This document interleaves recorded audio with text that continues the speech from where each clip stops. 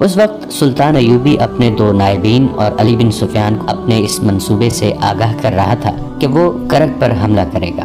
انہوں نے 20 روز بعد کا دن بتایا جب فوجوں کو کوچ کرانا تھا۔ یہ تمام تر منصوبہ عالم جاسوس اور 2 لڑکیاں ساتھ والے کمرے میں سن رہی تھیں۔ عالم نے ایک بار پھر لڑکیوں کے ساتھ افسوس کا اظہار کیا کہ انہیں ایک راز معلوم ہو گیا ہے مگر وہ اسے شعبک تک نہیں پہنچا سکتے۔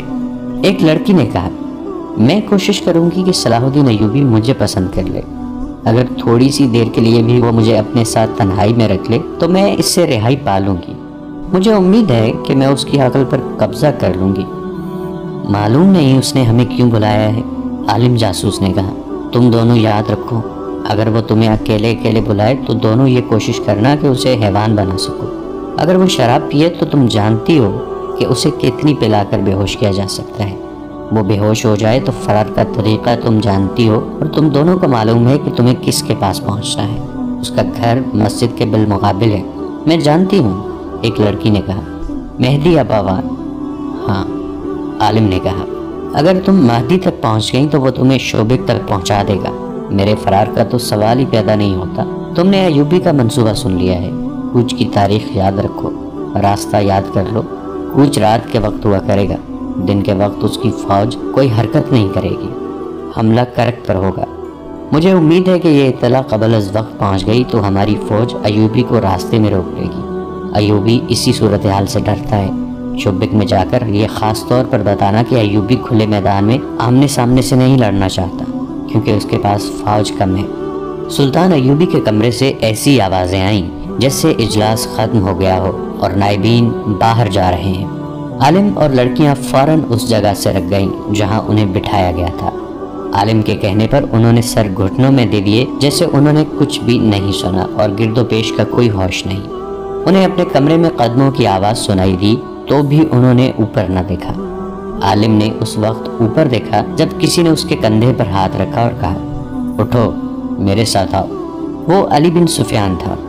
علی نے لڑکیوں کو بھی اٹھایا اور انہیں سلطان ایوبی کے کمرے میں لے گیا۔ میں تمہارے علم اور تمہاری ذہانت کی داد دیتا ہوں، سلطان ایوبی نے عالم جاسوس سے کہا۔ ان کی زنجیریں کھول دو، تم تینوں بیٹھ جاؤ۔ علی بن سفیان باہر نکل گیا۔ سلطان ایوبی نے عالم سے کہا، لیکن تم علم کو کس شیطانی کام میں استعمال کر رہے ہو؟ اس کے بجائے تم یہاں آ کر اپنے مذہب کی تبلیغ کرتے تو میں تمہاری قدر دل کی گہرائیوں سے کرتا کہ تم اپنے مذہب اور اپنے نبی کی خدمت کر رہے ہو۔ کیا تمہارے مذہب میں یہ روا ہے کہ تم دوسرے مذہب کی عبادت گاہ میں اس کے مذہب میں جھوٹ شامل کرو؟ کیا تمہارے دل میں اپنے مقدس صلیب کا، حضرت عیسیٰ کا اور کنواری مریم کا یہ احترام ہے کہ جھوٹ اور ابلیسیت جیسے کبیرہ گناہ کر کے تم ان کی عبادت کرتے ہو؟ یہ جھوٹ میرے فرائض میں شامل ہے، عالم نے کہا۔ میں نے جو کچھ کیا مقدس صلیب کے لیے کیا۔ تم کہتے ہو کہ تم نے انجیل اور قرآن کا گہرا مطالعہ کیا ہے، سلطان ایوبی نے کہا۔ کیا ان دونوں میں سے کسی ایک کتاب میں بھی انسان کو اس بات کی اجازت دی گئی ہے کہ اس قسم کی نوخیز لڑکیوں کو بدکاری کی راہ پہ ڈالو اور غیر مردوں کے پاس بھیج کر اپنی مطلب براری کرو؟ کیا انجیل نے تمہیں کہا ہے کہ صلیب کی خاطر اپنی قوم کی بیٹیوں کی عصمت دوسروں کے حوالے کر دو؟ کیا تم نے کسی مسلمان لڑکی کو قرآن اور اسلام کے نام پر اپنی عصمت غیر مردوں کے حوالے کرتے کبھی دیکھا ہے؟ اسلام کو میں عیسائیت کا دشمن سمجھتا ہوں، عالم نے کہا۔ مجھے جو زہر ہاتھ آئے گا اسلام کی رگوں میں ڈالوں گا۔ تم اتنے میٹھے زہر سے چند ایک مسلمانوں کے کردار کو ہلاک کر سکتے ہو، سلطان ایوبی نے کہا۔ اسلام کا تم کچھ نہیں بگاڑ سکو گے۔ انہوں نے لڑکیوں سے کہا، تم کس خاندان کی بیٹیاں ہو؟ معلوم ہے تمہیں؟ اپنی اصلیت جانتی ہو تو مجھے بتاؤ۔ دونوں خاموش رہیں۔ سلطان ایوبی نے کہا، تم نے اپنی پاکیزگی ختم کرا لی ہے۔ اب بھی تم کسی باعزت گھر کی قابل احترام بیویاں بن سکتی ہو؟ میں قابل احترام بیوی بننا چاہتی ہوں، ایک لڑکی نے کہا۔ کیا آپ مجھے قبول کریں گے؟ اگر نہیں تو مجھے کوئی باعزت خاوند دے دیں، میں اسلام قبول کر کے گناہوں سے توبہ کر لوں گی۔ سلطان ایوبی مسکرائے اور ذرا سوچ کر کہا، میں نہیں چاہتا کہ اس عالم کا علم جلاد کی تلوار سے خون میں ڈوب جائے، اور میں نہیں چاہتا کہ تم دونوں کی جوانی اور حسن میرے قید خانے میں گلتا سڑتا رہے۔ سنو لڑکی، تم اگر واقعی گناہوں سے توبہ کرنا چاہتی ہوں تو میں تمہیں تمہارے ملک میں بھیج دیتا ہوں، لیکن وہ ملک تمہارا نہیں، ہمارا ہے۔ میں ایک نہ ایک دن اپنا ملک تمہارے بادشاہوں سے لے لوں گا۔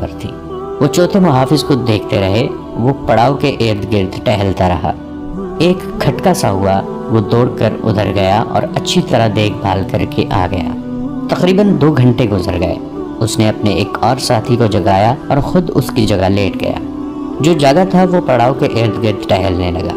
کبھی جانوروں کے پاس جا کر انہیں دیکھتا اور کبھی سوئے ہوئے انسانوں کو دیکھتا۔ عالم نے لڑکیوں سے کہا، ہم کامیاب نہیں ہو سکیں گے، یہ کمبخت پہرا دے رہے ہیں، جو ہوگا ہو کے رہے گا، سو جاؤ۔ اور وہ سو گئے۔ رات گزر گئی۔ صبح ابھی دھندلی تھی جب محافظوں نے انہیں جگایا اور روانہ ہونے کے لیے کہا۔ تھوڑی دیر بعد پھر اسی ترتیب میں چلے جا رہے تھے جس میں ایک روز پہلے تھے۔ 3 اونٹ پہلو پہ پہلو، 2 محافظ آگے اور 2 اونٹوں کے پیچھے۔ وہ ایک بار پھر لڑکیوں سے لا تعلق ہو گئے۔ انہوں نے کوئی ایسی بات بھی نہ کی تھی جس سے شک ہوتا کہ یہ لوگ اوباش یا بدماش ہیں۔ سورج ابھرتا آیا، پھر یہ قافلہ ٹیلوں کے علاقے میں داخل ہو گیا۔ مٹی اور ریت کی پہاڑیاں منحنی سی دیواروں کی طرح کھڑی تھیں۔ ان میں گلیاں سی تھیں اور ان پر پہاڑیوں کا سایہ تھا۔ لڑکیاں ڈرنے لگیں۔ ڈر ان کے چہروں سے ظاہر ہو رہا تھا۔ ان کی نگاہ میں یہ جگہ جرم اور قتل وغیرہ کے لیے موزوں تھی، مگر محافظ ان کی طرف دیکھ بھی نہیں رہے تھے۔ ان سے کہو کہ ہمارے ساتھ باتیں کریں، ایک لڑکی نے عالم سے کہا۔ ان کی خاموشی اور لاتعلقی مجھے ڈرا رہی ہے۔ انہیں کہو کہ ہمیں مارنا چاہتے ہو تو فوراً مار دیں، میں موت کا انتظار نہیں کر سکتی۔ عالم خاموش رہا۔ وہ لڑکیوں کی کوئی مدد نہیں کر سکتا تھا۔ وہ تینوں ان محافظوں کے رحم و کرم پر تھے۔ سورج سر پر آ گیا تو وہ ان ٹیلوں کے اندر ایسی جگہ گئے جہاں ریت کی سلوں والے ٹیلے تھے اور اوپر جا کر آگے کو جھکے ہوئے تھے۔ ان کے سائے میں انہوں نے قیام کیا۔ کھانے کے دوران عالم نے محافظوں سے پوچھا، تم لوگ ہمارے ساتھ باتیں کیوں نہیں کرتے؟ جو باتیں ہمارے فرض میں شامل نہیں وہ ہم نہیں کیا کرتے، محافظوں کے کمانڈر نے جواب دیا اور پوچھا، اگر تم لوگ کوئی خاص بات کرنا چاہتے ہو تو ہم سنیں گے اور جواب دیں گے۔ کیا تمہیں معلوم ہے کہ ہم کون ہیں؟ عالم نے پوچھا۔ تم تینوں جاسوس ہو، محافظ نے جواب دیا۔ یہ لڑکیاں بدکار ہیں، یہ ان آدمیوں کے استعمال کے لیے ہیں جنہیں تم لوگ ہمارے خلاف استعمال کرنا چاہتے ہو۔ امیر مصر سلطان صلاح الدین ایوبی، اللہ اس کے نیک ارادوں میں برکت دے، نے تمہیں معلوم نہیں کیوں بخش دیا ہے۔ ہمیں حکم ملا ہے کہ تمہیں قلعہ شوبک میں چھوڑ آئیں، تم امانت ہو۔ تم نے یہ بات مجھ سے کیوں پوچھی؟ تمہارے ساتھ باتیں کرنے کو جی چاہ رہا تھا، عالم نے جواب دیا۔ اتنا لمبا سفر اس لاتعلقی اور بیگانگی سے بڑا کٹھن ہو رہا ہے، ہمارے ساتھ باتیں کرتے چلو۔ ہم سفر ہیں، محافظ نے کہا، لیکن ہماری منزلیں جدا ہیں، 2 روز بعد ہم جدا ہو جائیں گے۔ عالم جاسوس نے جیسے محافظ کا جواب سنا ہی نہ ہو۔ اس کی آنکھیں کسی دور کی چیز کو دیکھ رہی تھیں۔ وہ صحرا سے اچھی طرح واقف تھا، صحرا کے خطروں سے واقف تھا۔ اس کی آنکھیں حیرت اور غالباً ڈر سے پھٹتی جا رہی تھیں۔ محافظ نے اس کی طرف دیکھا جس طرف عالم دیکھ رہا تھا۔ محافظ کی بھی آنکھیں کھل گئیں۔ کوئی 200 گز دور ایک بلند جگہ 2 اونٹ کھڑے تھے۔ ان پر 2 آدمی سوار تھے جن کے چہروں اور سروں پر پگڑیاں لپیٹی ہوئی تھیں۔ اونٹوں کی ٹانگیں نظر نہیں آ رہی تھیں، وہ بلندی کے پیچھے تھیں۔ سوار خاموشی سے کھڑے محافظوں اور جاسوسوں کے قافلے کو دیکھ رہے تھے۔ ان کا انداز اور لباس بتا رہا تھا کہ وہ کون ہیں۔ جانتے ہو کہ یہ کون ہیں؟ محافظوں کے کمانڈر نے عالم سے پوچھا۔ صحرائی ڈاکو، عالم نے جواب دیا۔ معلوم نہیں کتنے ہوں گے، دیکھا جائے گا، محافظ نے کہا۔ اس نے اٹھتے ہوئے اپنے ایک ساتھی سے کہا، میرے ساتھ آؤ۔ وہ دونوں گھوڑوں پر سوار ہو کر ڈاکوں کی طرف چلے گئے۔ ان کے پاس تلواروں کے علاوہ برچھیاں بھی تھیں۔ انہیں اپنی طرف آتا دیکھ کر شتر سوار بلندی کے پیچھے غائب ہو گئے۔ وہ محافظ جو پیچھے رہ گئے تھے قریب کے ٹیلے پر چڑھ گئے۔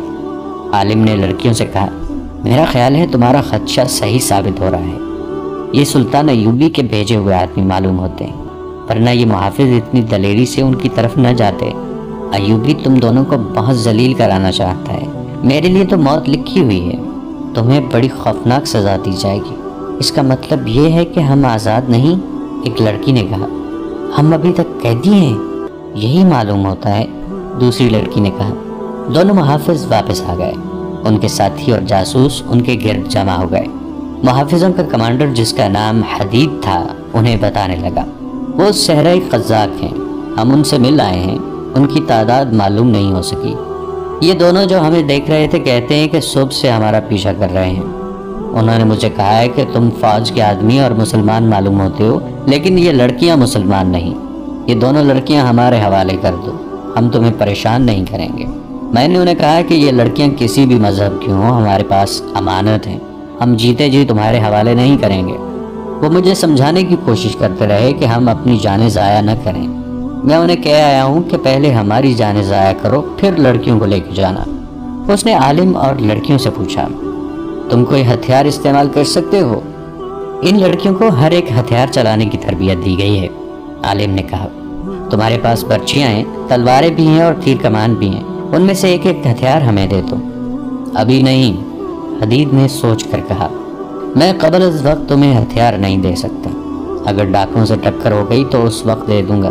ہمیں اس علاقے سے فوراً نکل جانا چاہیے۔ ان سے گھوڑوں اور اونٹوں پر لڑائی ہوگی تو یہ علاقہ موزوں نہیں، گھوڑے گھما پھرا کر لڑانے کے لیے یہ جگہ خراب ہے۔